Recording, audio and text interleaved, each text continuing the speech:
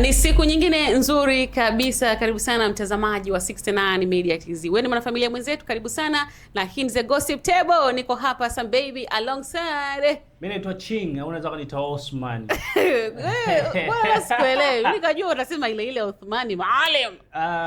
Siku zinabadilika au vipi? Jana nimeanza na Osman Maalim, leo imekuja kwa Ching, lakini najitahidi sana kufupisha vitu visiwe vingi sana. Visiwe vingi sana. Visikuchoshe.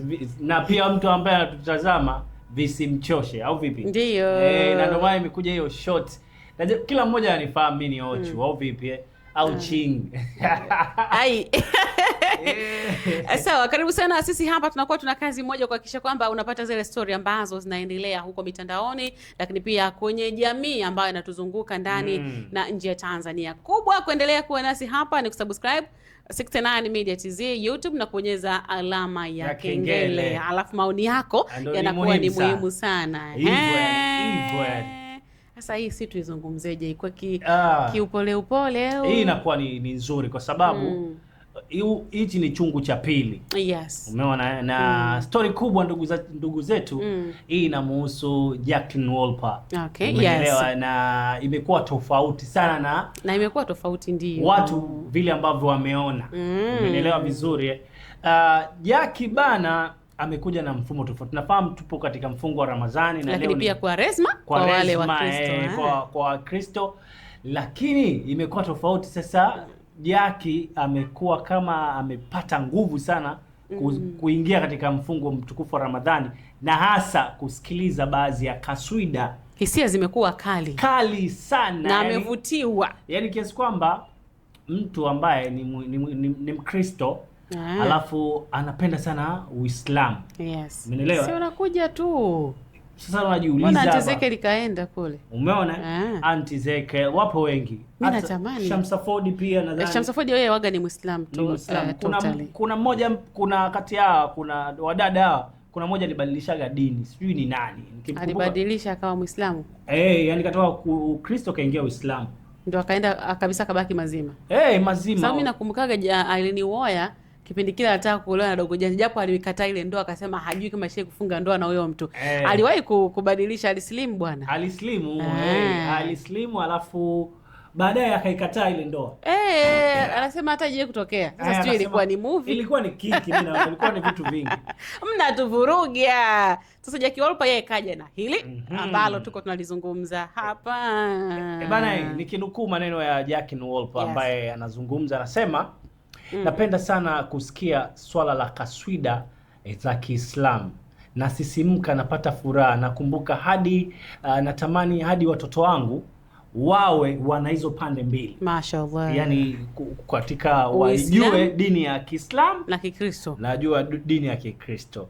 Najikuta na imani na msisimko.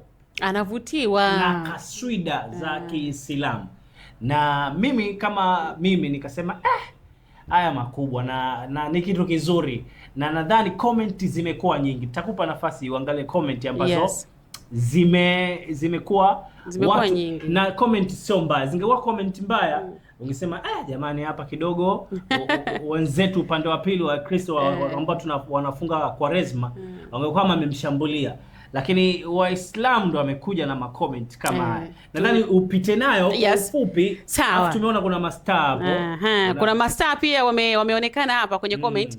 Nana Dolls yeye pia amesema mashallah Bi Aisha amempa na jina la Bi Aisha. Lakini pia kuna huyu official Tsime amesema milango ipo wazi, muda wote unaruhusiwa kuingia inshallah. Huyu akasema Mungu akuongoze katika heri, amin. Huyu akasema bismillah mashallah. Lakini pia kuna huyu akasema mashallah. Huyu ni Sweety Fela, tunamfahamu Sweety Fela, huenda ndio yule ambaye ni mke mkubwa Fela. Lakini pia kuna Chill Amina akasema mashallah karibu sana. Lakini na Nuran akasema mashallah. Comment ni nyingi nzuri, watu wanamkaribisha. Lakini mimi kwa upande wangu bado zinaendelea. Kuna huyu pia akasema mashallah zimekuwa nyingi. Na huyu akasema Allahu Akbar, na huyu akasema ukiona hivyo una chembe za ucha Mungu, maana Mwenyezi Mungu anasema wale ambao wakisikia maneno yake wanalia au wanasimkwa, hongera, maana wapo wanaosikia na hawahisi chochote. Mungu akuongoze katika njia iliyonyooka. Kwa hivyo kupitia hizi comment ni nyingi. Kuna Sudi Brown pia akasema it's okay kuwapeleka katika mafundisho yote ya kiimani, na wafundishaji wa dini watengeneze syllabus kuweza accommodate watoto wa imani zote kuweza kujifunza dini husika. Sudi Brown Yes, huyu ni Sudi Brown, tunamfahamu pia. Kwa hiyo comment zimekuwa ni nyingi sana kuhusiana na issue hii hapa ya Jackie Wolper kutamani watoto wake waufahamu Uislamu, lakini pia waendelee kuwa na dini yao ya Ukristo. Hii inawezekana kwa sababu wazazi wakiwa bado ni Wakristo, watoto wakawa na Uislamu na Ukristo. Mimi ningetamani sana Jackie Wolper kama angesilimu. Angesilimu bwana, akaweza kwenda kwenye Uislamu na akaitwa hiyo Bi Aisha, na watoto kwa sababu anapenda watoto wake pia ufahamu Uislamu, wakamfuata mama yao. Alright. Mimi bana naona ni right kwa upande wake, kwa sababu Jackie amefikiria, amewaza na ameona kuna kitu inawezekana kaona kipindi cha kawaida na kipindi cha Ramadhani. Afeni mama, unajua mama ndio anaona watoto, anakaa na watoto muda mrefu kabisa anajua. Alafu kitu kingine hizi kaswida ambazo zinatumika sana sasa hivi unajua na unajua kabisa Ramadhani inakuwa ina soko trend, inakuwa inaheshimisha kabisa. Hata mitandao ya kijamii kuna watu wanapunguza baadhi ya mambo yanakuwa kidogo, walipokuwa wanafanya wanakuwa kistara zaidi. Hata wao watu maarufu pia wanabadilikaga sana yani wanapobadilika mpaka mimi nasema yes, hivi ndio wanapotakiwa kuwa. Hapa ndio wamerudi zizini. Yes, hapo mtu angalie sasa ni udini au vipi bana. Mtu angalie sasa mimi si Muislamu, mimi Mkristo, yeye anajua kabisa kuna Waislamu hawafungi. Lakini kuna Wakristo wanafunga. Yes. Na mimi na ushuhuda na wanangu ambao tunaishi nao ni Wakristo. Ndio. Kuna wengine Wakristo, wengine Waislamu, lakini nakuja kushangazwa sana Waislamu wengi sana wanafunga asilimia 70 naweza kusema. Lakini na ndugu zetu wa Kristo wana imani hiyo. Mtu anafunga kwa yani anafunga sio kwa rezma, anafunga kwa dini ya Kiislamu. Unaelewa? Sasa hapo kuna kitu ambacho mimi nataka niongee. Jackie, nyimbo au kaswida za Ramadhani ndo zinamsisimua, yani zinampa nguvu kuingia katika nini? Katika dini au kuwashawishi wanawe angalau waisome hii dini. Ndio. Amesha kufikiria atakubadilisha dini au kuangalia upande gani ambao uko sahihi? Kwa sababu yeye hisia zake kabisa tushamuona anasema ana kitu kwenye dini ya Kiislamu. Umenielewa vizuri na ana ile spirit yes kubwa sana. Ukimwona mtu kama hivyo anashaanza kuingia katika ukojue imani. Tumesoma comment hapa. Anakaribishwa. Alafu watu wamemkaribisha vizuri. Nana Dolls kaamua kumchagulia jina kabisa, kamuita Bi Aisha. Umeona? Sasa kikubwa mimi nachokiona Jackie ataweza kusimama kwenye Uislamu. Anaweza. Nikija katika unajua kuna vitu vingi sana ambavyo vinamfanya Muislamu aendelee kuonekana kama ni Muislamu pia anayeheshimika, likiwemo swala zima la mavazi. Kuna kipindi Jackie Wolper aliwahi kuzungumza akasema mavazi mafupi kwake ni no. Aliwahi kuzungumza anasema? Yes, mavazi mafupi kwake hayapendelei. Kama ukikuja ukamwona kuna kipindi alibadilika akawa anavaa mpaka hivi sasa akawa anavaa nguo pana. Yaani hata kama unamwona kavaa suruali, zile suruali fulani hivi zinakuwa pana na mashati mapana. Kwa hiyo katika swala akiingia kwenye Uislamu, swala la mavazi, kitu ambacho mastaa wengi kuna wakati kinawashinda kuishi kwenye yale mavazi ya bila kuonesha tupu zao, yani ile kuonesha ile kama ni baadhi ya viungo. Yes. Katika swala la mavazi akiingia kwenye Uislamu, Jackie Wolper anaweza akashinda kabisa, kwa sababu swala la mavazi kwake halimpi shida.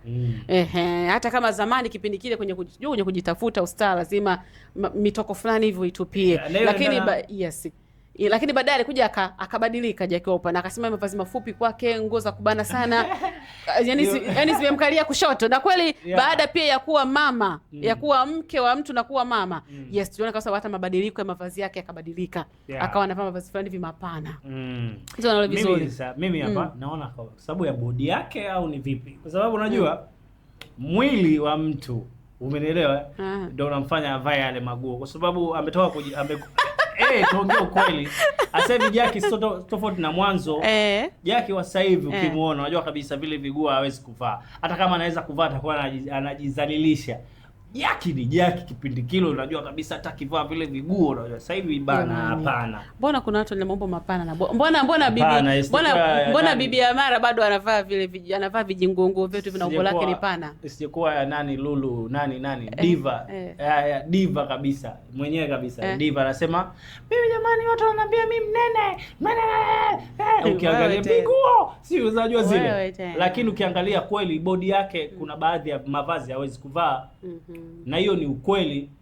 Yaani huwezi kumchukua mtu big ukamvisha viguo ambavyo anaonekana kila sehemu. Umeelewa?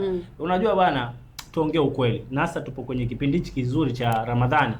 Tunaona na tumeona na tunaendelea kuona baadhi ya mastaa wamekuwa, tuwape hongera zao kwanza, na mimi nawapa hongera.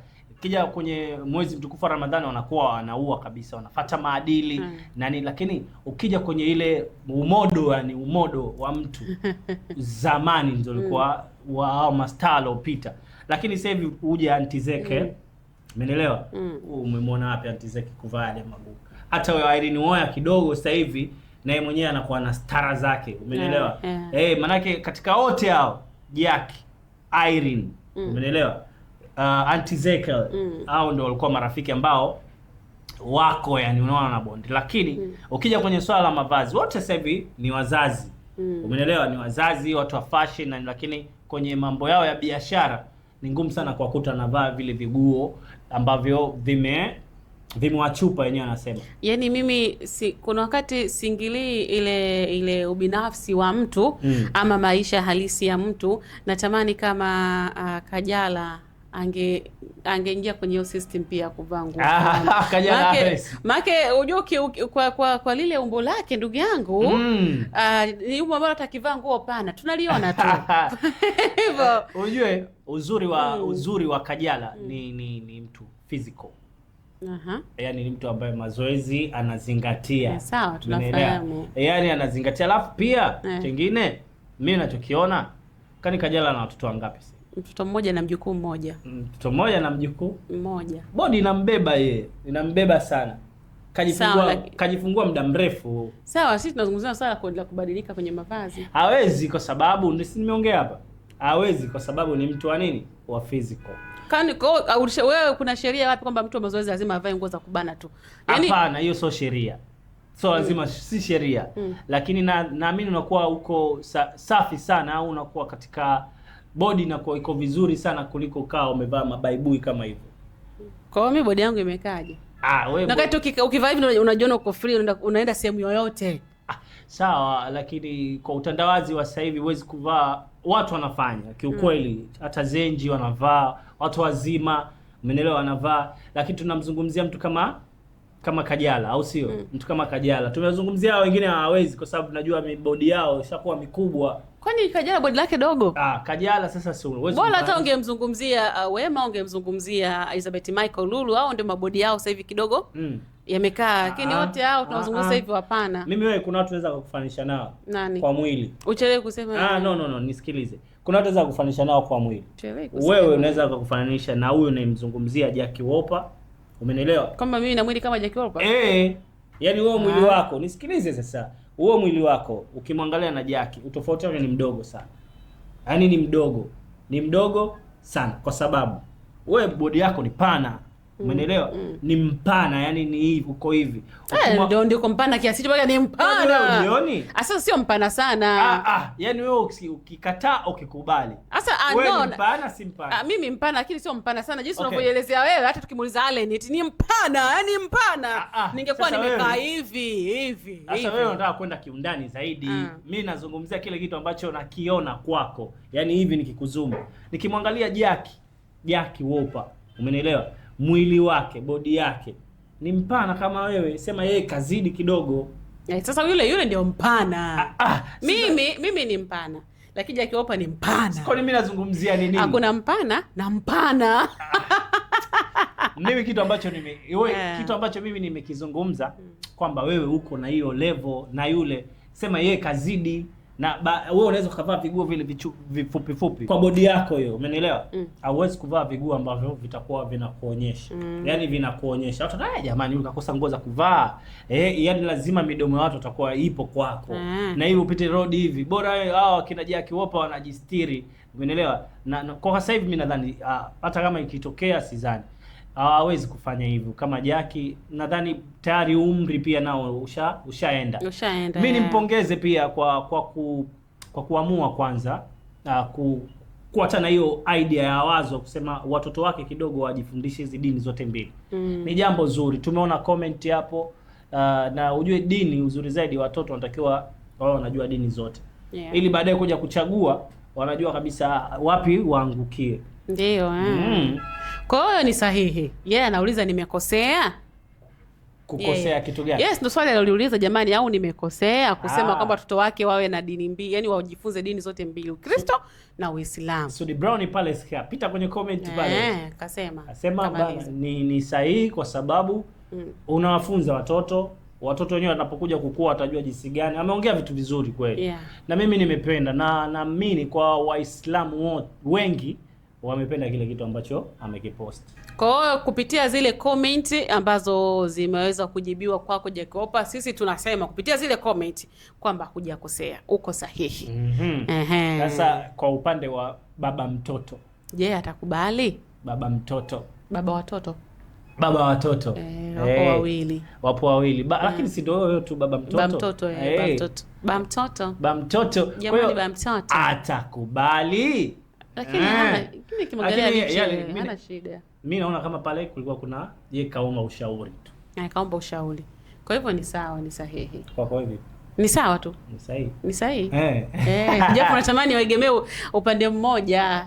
Upande gani? Sawa, wajifunze zote, lakini kama aje huku.